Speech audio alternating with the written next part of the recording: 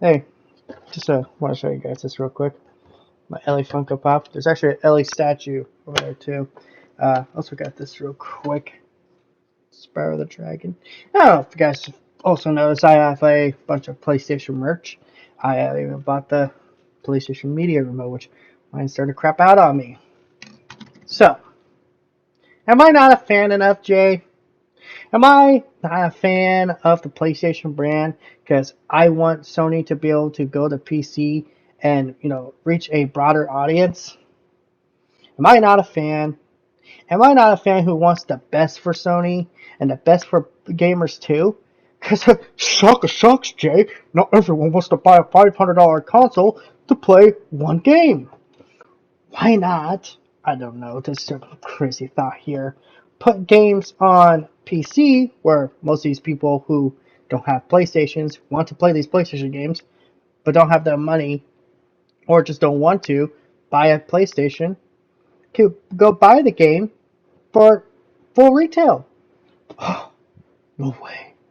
But wait, no. See, then the developers have to take time optimizing for every configuration. Actually, no, Jay, they don't. It's funny because all they have to do is have these things called minimum specs, recommended specs, and maximum specs. Like the best, performance you can get.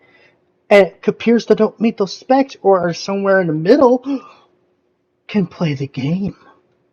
No way.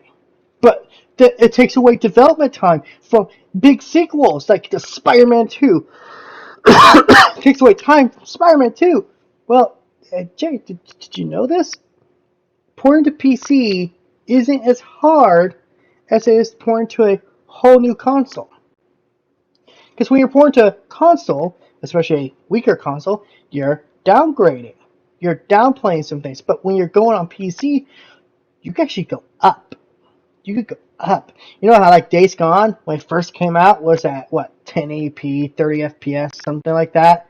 When it came to PS5, it got that 4K, 60 FPS upgrade, and then when it comes to PC, it could be either 1080p, 30 FPS, or 4K, 60 FPS. Crazy idea.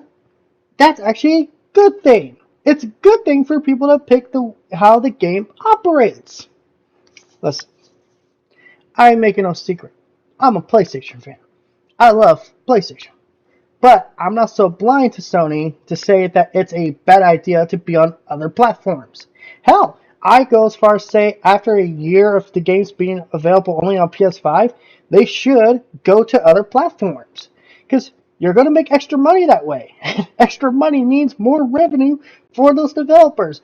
More revenues for those developers means better games, more time to polish, more people they can hire for Q&A testing to make sure the game's actually doing, better than what they would have with a more minimum budget. Listen, I know I've been leaning on this JTech TV thing hard lately, but here's the things, guys. I think someone like JTech TV is trying to steer the community in a wrong direction. A fanboy should not be the person who speaks for anyone. He should always speak for himself. And I got a message for the PlayStation Legion Discord. Leave. Leave. Because once I got kicked out, there was like this overwhelming, relief.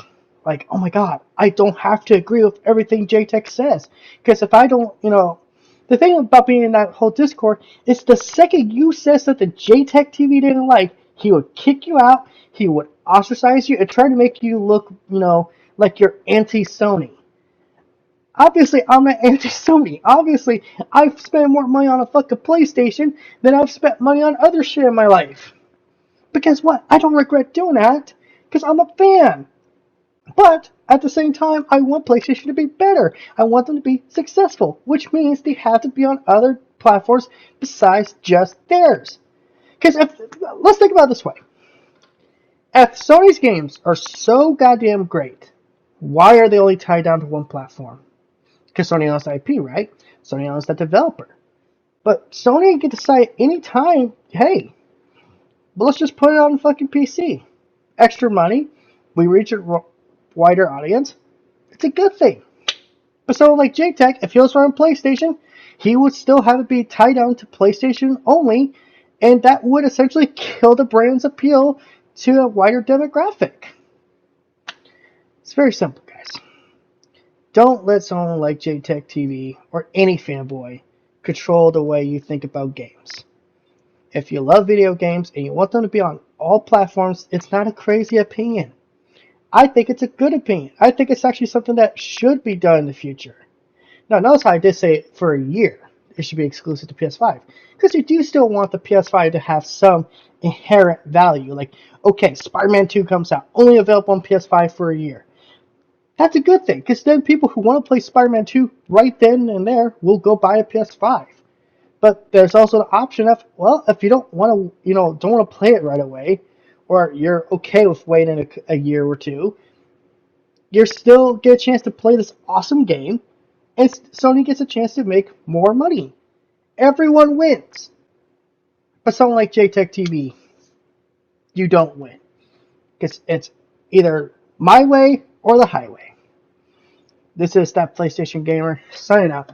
Y'all have a good day. And Spyro says there's actually some benefits for going multiplat. Right, buddy? Peace out.